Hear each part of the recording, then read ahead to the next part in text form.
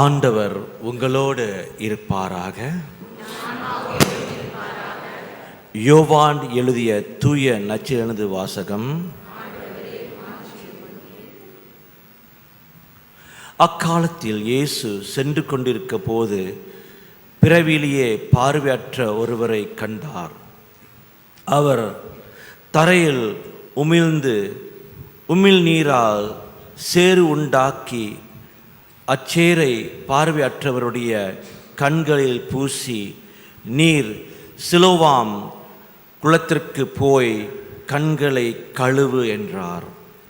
சிலோவாம் என்பதற்கு அனுப்பப்பட்டவர் என்பது பொருள். அவரும் போய் கழுவி பார்வை பெற்று திரும்பி வந்தார். அக்கம் பக்கத்தாரும் அவர் பிச்சை எடுத்து கொண்டிருந்ததை முன்பு பார்த்திருந்ததோறும், இங்கே அமர்ந்து பிச்சை எடுத்து இருந்தவர் இவர் அல்லவா என்று பேசிக்கொண்டனர். சிலர் அவரே என்றனர். வேறு சிலர் அவர் அல்ல, அவரை போல் இவரும் இருக்கிறார் என்றனர். ஆனால் பார்வை பெற்றவர் நான் தான் அவன் என்றார். முன்பு பார்வையற்றவராய் இருந்த அவரை அவர்கள் பரிசேயரிடம் கூட்டி வந்தார்கள். இயேசு சேறு உண்டாக்கி அவருக்கு பார்வை அளித்த நாள் ஓர் ஓய்வு நாள். எனவே எப்படி பார்வை பெற்றாய் என்னும் அதே கேள்வியை பரிசேயரும் கேட்டனர். அதற்கு அவர், இயேசு என் கண்களில் சேறு பூசினார். பின் நான் கண்களை கழுவினேன். இப்போது என்னால் பார்க்க முடிகிறது என்றார். பரிசேயருள் சிலர், ஓய்வு நாள் சட்டத்தை கடைபிடிக்காத இந்த ஆள் கடவுளிடமிருந்து வந்திருக்க முடியாது என்று பேசிக்கொண்டனர். ஆனால் வேறு சிலர், பாவியான ஒரு மனிதரால் இத்தகைய அரும் செயல்கள் செய்ய அடையாளங்களை செய்ய இயலுமா என கேட்டனர். இவ்வாறு அவர்களிடையே பிளவு ஏற்பட்டது. அவர்கள் பார்வையற்றவரிடம், உனக்கு பார்வை அளித்த அந்த ஆளை குறித்து நீ என்ன சொல்கிறாய் என்று மீண்டும் கேட்டனர். அவர் ஒரு இறைவாக்கினர் என்றார் பார்வை பெற்றவர். அவர்கள் அவரை பார்த்து, பிறப்பிலிருந்தே பாவத்தில் முழுகி கிடக்கும் நீயா எங்களுக்கு கற்று தருகிறாய் என்று சொல்லி அவரை வெளியே தள்ளினர். யூதர்கள் அவரை வெளியே தள்ளிவிட்டதை பற்றி இயேசு கேள்விப்பட்டார்.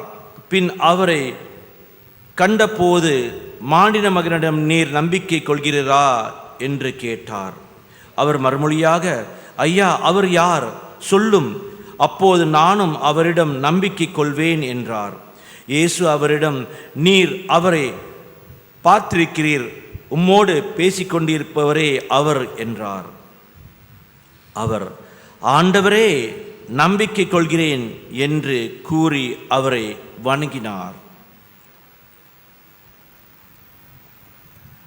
ஆண்டவரின் அருள்வாக்கு.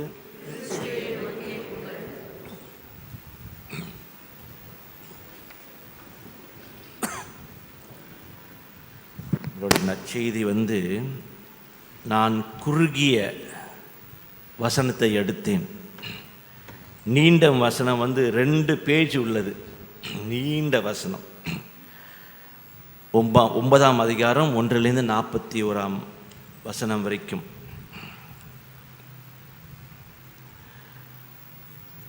இந்த குருடன், இந்த கதையை பல தடவை நம்ம எல்லாம் கேட்டிருக்கிறோம் நிச்சயமாக. அவன் பார்வை அடைந்துட்டோன, அதுக்கு முன்பு குருடனாக இருந்தான் அல்லவா? அவன் பார்வை அடைந்துட்டோன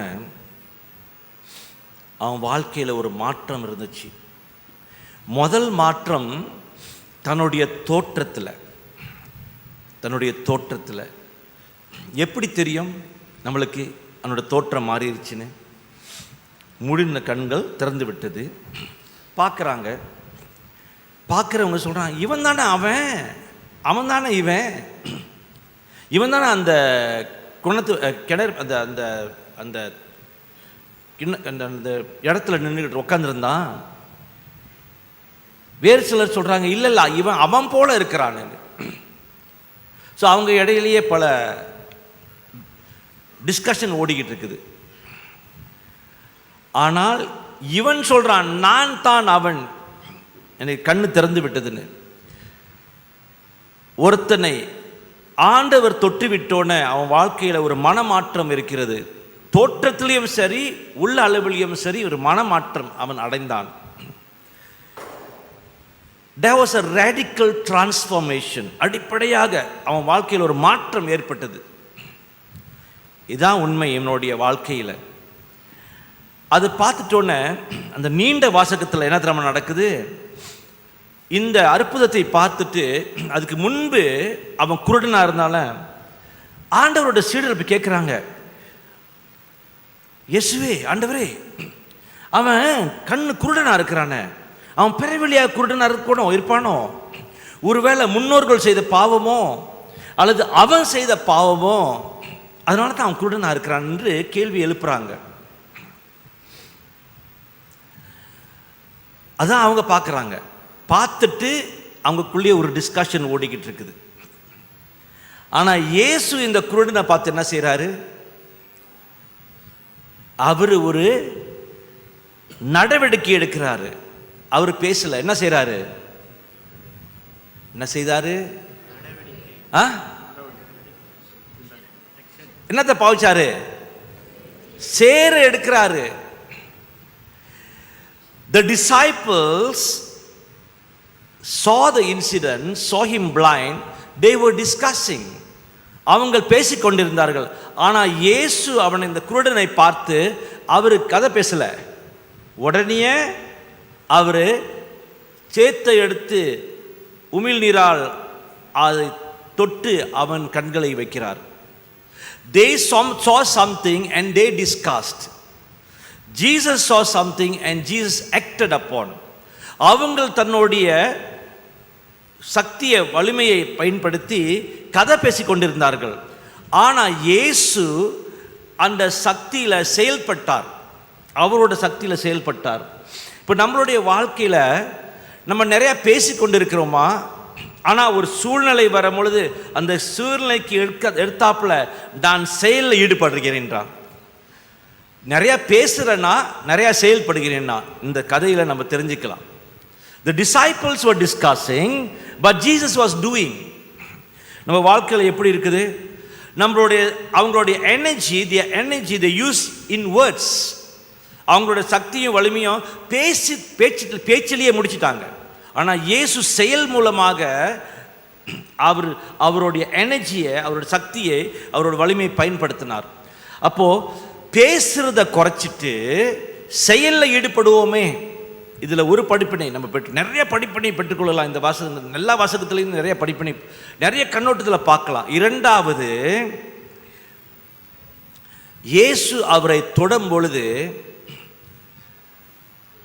அந்த நீண்ட வாசகத்தில் அவரை தொட்டு அவர் கண்களை பூசினார். ஆமாவா இல்லையா? சேர பூசினார். What was he doing? அவரை அபிஷேகம் படுத்தினார். He anointed them. அபிஷேகம் படுத்தினார். ஆங்கிலத்தில் கிரேக்க மொழியில் இந்த தொட்டு தைலம் பூசுறது இருக்குதுல்ல, அனாயிண்டிங். இந்த தைலம் பூசுறது கிரேக்க மொழியில் என்ன தெரியுமா? அது என்ன வார்த்தை தெரியுமா பாய்ப்பாங்க? கிறிஸ்டே. கிறிஸ்டே கிறிஸ்டே என்றால் கிறிஸ்துஸ். ஜீசஸ் கிரைஸ்டட் ஹிம், அதாவது அவரை கிறிஸ்துவாக மாற்றினார். யார் ஒருத்தர் அபிஷேகப்பட்டோமோ அவனும் கிறிஸ்துவாக மாறுகின்றான். You see, the word Christ anointed means he is Christed him. இயேசு அவனை அபிஷேகம் படும் பொழுது அவன் உருமாறுகிறான். அன்பார்ந்தவர்களே, நாம் ஒவ்வொருத்தரையும் அவர் அபிஷேகம் பண்ணியிருக்கிறாரா இல்லையா? ஞானஸ்தானத்தின் வழியாக. So he has Christed us. நம்மையும் கிறிஸ்துவாக உருமாற்றுகின்றார். அப்போ அவன் வாழ்க்கையை பார்க்கும் பொழுது அவன் கண்களால் அவன் கிரைஸ்டாய்ட் ஹிஸ் ஐஸ், அவருடைய கண்களை கிறிஸ்துவாக மாற்றினார். கிறிஸ்து என்று சொல்லும் பொழுது அபிஷேகம். ஜீசஸ் த அனாயிண்டட் ஒன், அவரோட பேர் கிரைஸ்ட் அல்ல, ஜீசஸ் கிரைஸ்ட். அவரோட பேர் இயேசு தான். அவரோட பேர் இயேசு கிறிஸ்து அல்ல, அவரோட பேர் இயேசு மட்டும்தான். ஆனால் அபிஷேகப்பட்டதனால அவருக்கு அந்த அந்த பேர் கொடுக்கப்பட்டிருக்கிறது, தி அனாயிண்டட் ஒன், அபிஷேகம் பட்டவர் இயேசு. ஸோ நம்ம எல்லாம் அபிஷேகம் பட்டிருக்கிறோமா இல்லையா?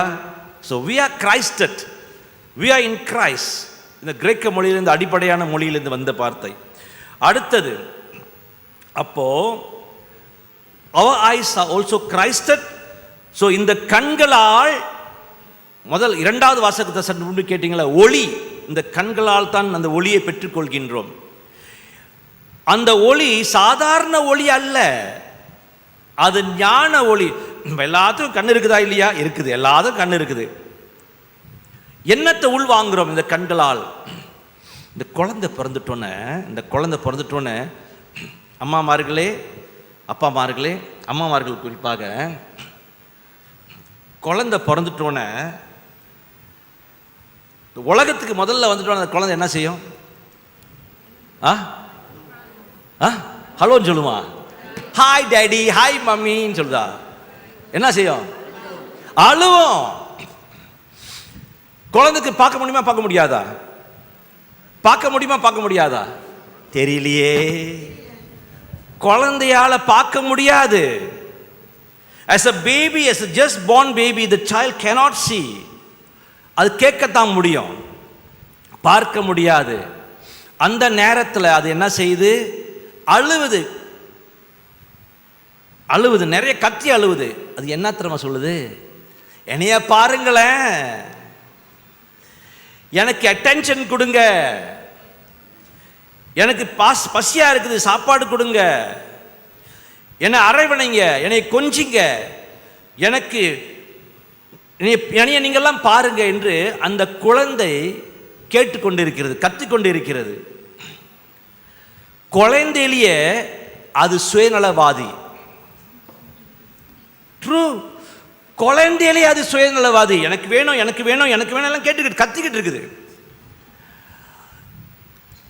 அந்த சுயநலவாதியோடைய கண்கள் திறக்கும் பொழுது அது மாற வேண்டும். ஆனால் அந்த குழந்தை இளம் பருவத்திலையும் முதியோருடைய வயதான போதிலும் இன்னும் கத்திக்கொண்டு இருக்கிறது. ஆனால் இப்போ இந்த கத்துறதில்ல, என்ன பாருங்க, ஆனால் அது நிறைய அட்டென்ஷன் கேட்குது. எனக்கு வேணும், என்னை பாரு, வாயால கேட்டுக்கொண்டு இருக்கிறது. ஆனா நேரா கேட்கல, மறைமுகமாக கேட்டுக்கொண்டு இருக்கிறது. அந்த குழந்தை இப்போ குழந்தை அல்ல, நாம் ஒவ்வொருத்தரும் வளர்ந்துட்டோன நாம் இன்னும் கேட்டுக்கொண்டு இருக்கின்றோம். எனக்கு அட்டென்ஷன் கொடு. மனைவி பாருங்க, கணவரிடம் கேட்பாங்க, கணவர் மனைவியிடம் கேட்பாங்க, பிள்ளைகள் பெற்றோரிடம் கேட்பாங்க, பெற்றோர்கள் பிள்ளைகளிடம் கேட்பார்கள். நம்ம எல்லாம் ஒவ்வொருத்தரையும் கேட்டுக்கிட்டு இருக்கிறோம். குருவானவர் மக்களிடம் கேட்பாரு, என்னைய பாரு, பாரு. So we are drawing attention because we are selfish. ஆனால் எப்போ இயேசு உங்களை தொடுகிறாரோ அந்த சுயநலம் மாற வேண்டும். The moment Jesus touches you and heals you, the selfishness must be transformed. அந்த மனிதனை பார்க்கும் பொழுது அவருடைய வாழ்க்கையில அந்த சுயநலம் ஃபர்ஸ்ட், அப்புறம் முதல் தன்னை அறிஞ்சுக்கிட்டான். அவன் தெரிஞ்சு நான் தான் அவன் சொல்றான் பார்த்தீங்களா? முதல்ல ஃபர்ஸ்ட் he knows himself. அடுத்தது மற்றவர்களுடைய அந்த உறவில் அவனுக்கு தெரியுது என்னென்ன அது நடக்குதுன்னு, மற்றவர்களை அறிஞ்சிட்டான். இறுதியாக இறைவனை அறிஞ்சுக்கிட்டான். எப்படி சொல்லுங்க பார்க்கலாம் இந்த கதையில்? முதலாவது, உன்னை யார் குணமாக்குன்னு சொல்லும் பொழுது அந்த ஆள், அந்த மனிதன் என்னை குணமாக்கினான் என்று சொல்றான் முதல்ல, ஃபர்ஸ்ட். அதுக்கப்புறம் அடுத்த கேள்வி கேட்கும் பொழுது அவர் ஒரு இறை வாக்கினர் என்று சொல்றான். மூன்றாவது கேள்வி கேட்கும் பொழுது, அது யாரு மூன்றாவது கேள்வி கேட்கிறது? முதல்ல மக்கள் சொல்றாங்க, கேட்கிறாங்க. இரண்டாவது அந்த அறிஞர்கள்லாம் கேட்கிறாங்க. மூன்றாவது கேட்டது யாரு? இயேசு கேட்கிறாரு, நீ இறைமகன், நீ கடவுள் என்று சொல்றான். முதல்ல அந்த மனிதன் என்று சொன்னான். அடுத்தது அது ஒன்று யார் குணமாக்கினான்? அவர் இறைவாக்கினர் என்று சொல்றான். மூன்றாவது கடவுள் என்று சொல்றான். அன்பார்ந்தவர்களே, எப்போ நான் அதிகமாக அவரோடு நெருங்க நெருங்க நெருங்க அந்த அவரை பார்த்து மனிதன் என்று சொல்ல மாட்டேன், இறைவாக்கினர் என்று சொல்ல மாட்டேன், கடவுள் என்று சொல்லுவேன். ஏனென்றால் அவர் என்னை தொட்டு விட்டார். நான் அவரிடம் நெருங்கி போய் கொண்டிருக்கும் பொழுது அவர் என்னுடைய ஞான கண்களை திறப்பார். நான் அவர் யார் என்று நான் அறிவேன், ஆழமாக அறிவேன். So you see, when God touches you, there will be a gradual transformation from calling him a man to a prophet, and now he is God. அப்போ உங்களோட உறவு எத்தகைய உறவு இறைவனோடு இருக்கிறது? அப்போ அந்த உறவு மாறும் பொழுது நீங்களும் மாறுவீங்க. இந்த குருடனுடைய வாழ்க்கையை பார்க்கும் பொழுது அதில் நிறைய அடங்கி இருக்கிறது. அப்போ உங்க கண்கள் இன்னும் என்ன பார்த்து கொண்டிருக்கிறது? இன்னும் சாதாரண உலகத்தை பார்த்து கொண்டிருக்கிறதா? ஆனால் அதுக்கு மாறாக அந்த இறைவனுடைய செயல் என்னுடைய வாழ்க்கையில நடந்து கொண்டிருக்கிறது என்று பார்த்து கொண்டிருக்கிறீர்களா? இதுதான் நம்மளுடைய கேள்வி. அந்த முதல் ஸ்லைடர் போடுங்கய்யா. 2 கொரிந்தியர் 4 அதிகாரம் 4 வசனம். இது ரொம்ப சுலபமா நம்ம நினைவுல வச்சுக்கலாம். கொரிந்தியர் 4:4. கொரிந்தியர் 4:4. சரிங்களா? படிப்போம். இவ்வுலகின்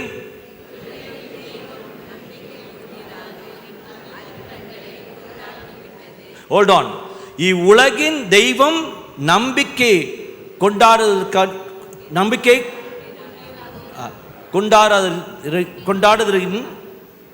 அறிவு கண்களை குருடாக்கி கொண்டிருக்கின்றது. இந்த உலகம் கொடுக்கிறது இந்த அறிவை குருடாக்கி கொண்டிருக்கிறது. அடுத்து படிங்க. எனவே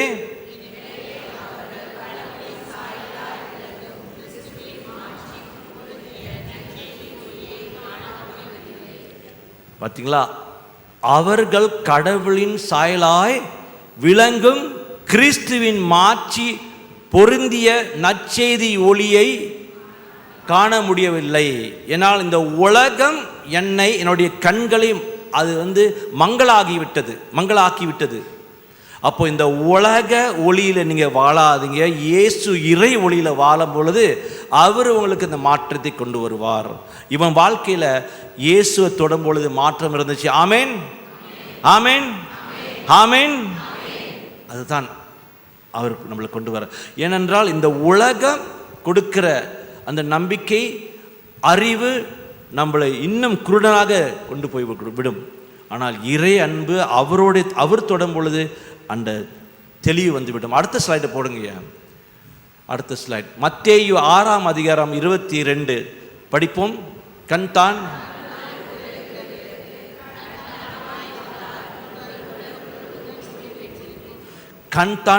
உடலுக்கு விளக்கு. அது என்ன கண்ணு? இந்த கண்ணு. நிச்சயமா இந்த கண்ணு கூட தானே. இந்த கண்ணு போயிடுச்சுன்னா போச்சு, நம்ம பார்க்க முடியுமா? இந்த கண்ணுக்கு இன்னும் ஆழமாக ஒரு நபர் வரார் தொடர்றதுக்கு. கண் திருப்பி படிப்போம். கண் தான்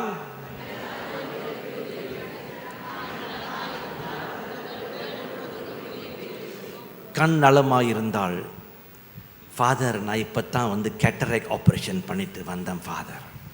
நான் இப்போ தான் போயிட்டு என்னுடைய குளோக்கோமாவை மாற்றி என்னோடய கண்களை மங்களாச்சு. அது ஆப்ரேஷன். அந்த கண்ணை பற்றி சொல்லலை. அந்த கண்ணும் அவசியம். அந்த கண்ணுக்கு மேலாக இந்த கண்ணு. அவர் நம்ம ஒவ்வொருத்தரையும் அவருடைய அந்த சேற்றால் தொட வேண்டும், அபிஷேகம் பண்ண வேண்டும். அபிஷேகம் பண்ணிட்டார். ஆனால் தொடர்ந்து அந்த பாதையில் போகிறதுக்காக அழைக்கின்றார். அன்பார்ந்தவர்களே, குருடனாக இருக்காதீர்கள், தெளிவாக இருப்போம். ஞான கண்களை திறக்கிறதுக்காக திருப்பலியில் அவரிடம் கேட்போம். நிறைய விஷயம் அவர் கொடுப்பார். அவர் ஒரு சாதாரண மனிதன் அல்ல, இறைவாக்கினர் அல்ல, கடவுள் என்று அறிந்தால் ஞான கண்களால் நம் வாழ்வோம். அவர் உங்களுக்கு துணையாக இருக்க நாம் மன்றாடுவோம். ஆமென்.